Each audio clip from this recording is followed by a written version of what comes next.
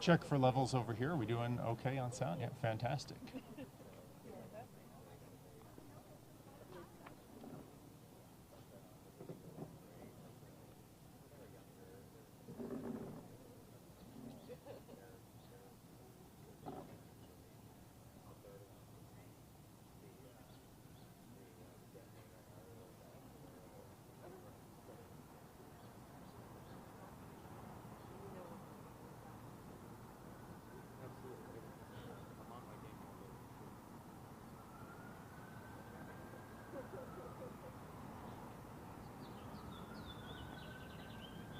Good morning, everyone. Good morning. Are we okay sound and video quality wise? All looking good. Fantastic.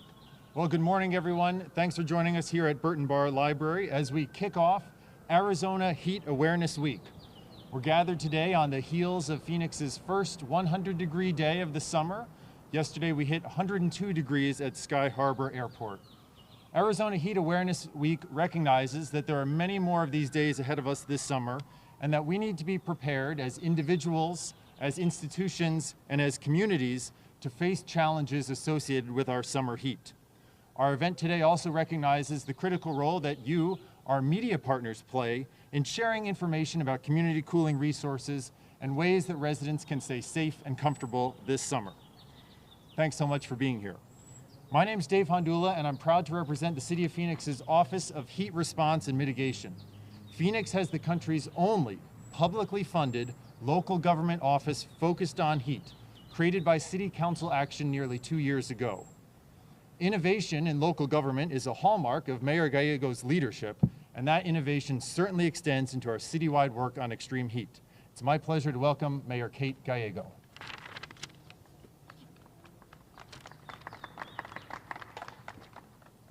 Thank you, Dr. Hondula. It's wonderful to be with you here today.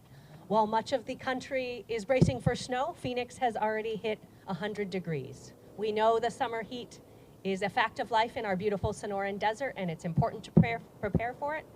We are gathered here today to update you on some of the work the City of Phoenix is doing around heat. We have to work together to make sure we prepare for those who are most vulnerable to extreme heat. We work at all levels of government across the private and nonprofit sectors and neighbor to neighbor. Thank you to our partners, Maricopa County, Maricopa Association of Governments, nonprofits, and volunteers. The City of Phoenix amplified and refined the focus of our direct heat relief outreach last summer. Phoenix Cares case managers joined outreach shifts to better serve our unsheltered community. Nearly 100 shifts completed with our neighborhood streets and trailheads. We had nearly 100 volunteers, including significant contributions from volunteer pools with APS and Maricopa County Medical Reserve Corps. Thank you to our incredible staff and national service members who donated over 900 hours of outreach. We are very proud to be recognized by the United States Environmental Protection Agency as one of 10 leading exemplary heat communication and outreach campaigns across the country. But as is our nature, we always want to do better. We implemented a new heat relief supply distribution program for summer 2022. 50 local nonprofits received almost 40,000 items that were distributed to community members in need.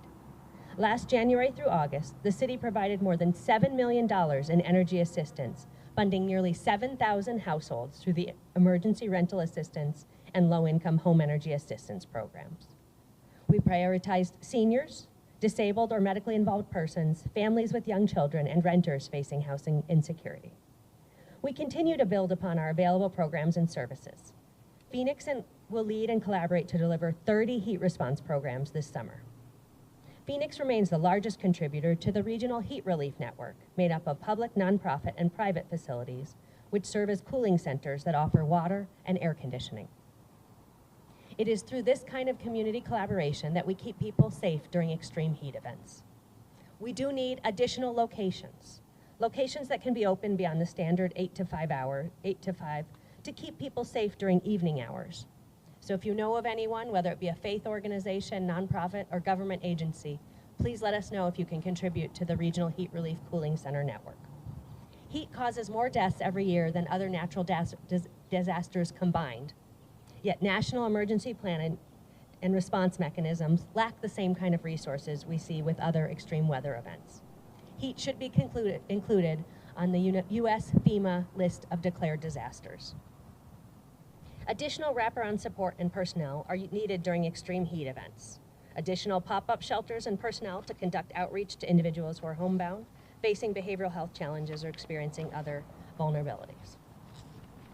We're also continuing to work to cool our city.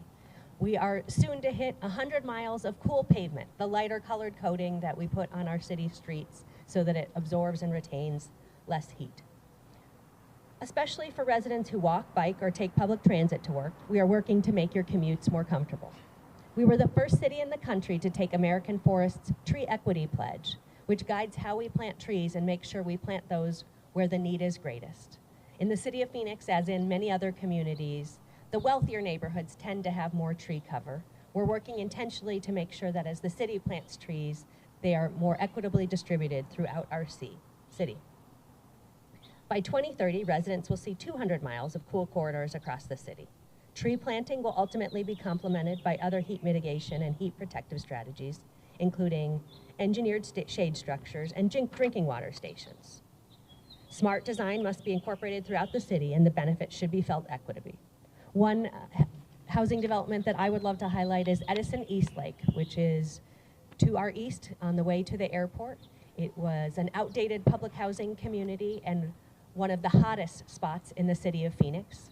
We are now working to redesign that with heat and shade at the center, and we're taking 557 outdated units and creating 1,000 high-quality housing units. We worked closely with the residents, and they were some who told us that shade and having cool places to exercise or watch the kids play outdoor was important. So we are putting shade and heat at the forefront of that community design.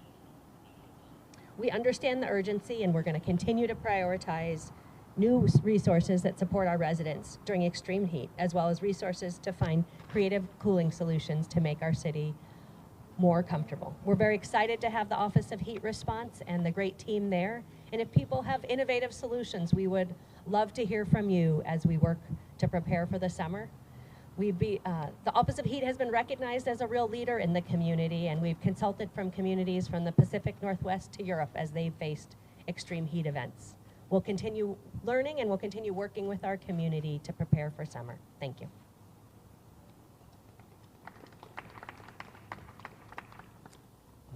Well said, Mayor. Thank you so much. As the Mayor alluded to, one of the critical threads through our regional collaborative work is recognition that some communities experience disproportionate harms from heat. Our office works with many partners in pursuit of heat equity, focusing investments where they can yield the highest benefits. Vice Mayor Yasemin Ansari has been a leader in that pursuit. I'm pleased to welcome Vice Mayor Yasemin Ansari.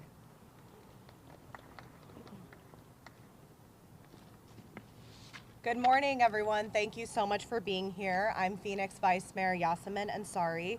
As has been mentioned several times, this weekend we did experience our first 100-degree day. And heat is extreme here in Phoenix and often impacts our most vulnerable residents the worst. Phoenix is the fastest warming city in our country and in most of the Western Hemisphere. It's why we as a council and myself have been hyper-focused on addressing climate change and pushing for policies that pave the way for a more sustainable future. We must lower our greenhouse gas emissions to keep our air clean and to prevent the city from getting hotter in the future. It's why I was proud to lead and support the mayor's ad hoc committee on electric vehicles and to develop a plan to electrify our city's fleets and completely transition by the year 2040. The plan also, our climate action plan also includes adding hundreds of miles of cool corridors by expanding our tree canopy through areas with the least amount of shade. All of this provides us with long-term resiliency to the climate crisis, but we also need short-term tools. Others have shared some of those tools, but I really want to emphasize two of the life-saving resources that our city offers. First, our home weatherization program, and second, our emergency rental and utility assistance programs. Keeping homes cool in the summer in Phoenix can be very costly, but it can also help keep our residents safe from extreme heat. The City of Phoenix can help lower your utility bills this year through our home weatherization program. You can apply and receive funding to install, repair, or replace your AC system, add or fix window screens and seal air ducts, and add insulation. Similar programs are offered through Maricopa County and the state of Arizona's housing department. Losing power in the summer is another way that our heat can be deadly. The City of Phoenix offers emergency rental and utility assistance that can help you keep the lights and the air on this summer. Funded by the American Rescue Plan Act, this program has already served over 18,000 households. Please tell your neighbors, especially those who may be on fixed incomes, about these programs. They can save a life and keep our community safe. While our heat can be deadly for those with homes, there's no question that it's even more lethal for the thousands of residents who live on the streets of our city. In the last few years, hundreds of people have died from heat-related illness, and far too many of those people were unhoused, and in my district. Just like my approach to climate change, I'm working on long-term solutions while also pushing for more short-term, humane solutions to this crisis. I asked the city to turn on cold water spigots earlier this year near the Human Services campus, and I'm happy to share that later today, our cooling tent outside of the campus will be open as well for residents who need to seek relief from the heat. More water and restrooms are available at the Brian Garcia Welcome Center, as well as nearby organizations like Andre House during business hours. And I've been working with city staff to find ways to add more public restrooms around our city, so anyone can use a bathroom with dignity and peace. We also have an amazing crew of volunteers who provide heat relief outreach to people who are unhoused during the hot summer months. My district team and I will be joining them throughout the summer, and I encourage others who have the time and are willing to offer their support in this way to join us. Next week, the city will start and continue to do our block-by-block cleanups of encampments near the zone to move people into safe indoor spaces and possibly structured campgrounds to comply with recent court rulings. It's not my preferred solution, as we should always be working towards more permanent housing solutions. Yet I know residents who have built their community on the streets of the zone have expressed that they would appreciate and benefit from a more secured location, even if it does mean outside campgrounds. I'm also working with city staff to open a 280-bed shelter in the west side of the district, and barring any further construction delays, this shelter will be open late summer or early fall. It's urgent that we provide as many indoor and diverse shelter options as possible. That means places that accept pets, that allow couples, and provide wraparound services. Getting more people indoors is critical to ultimately reducing heat-related deaths in our city.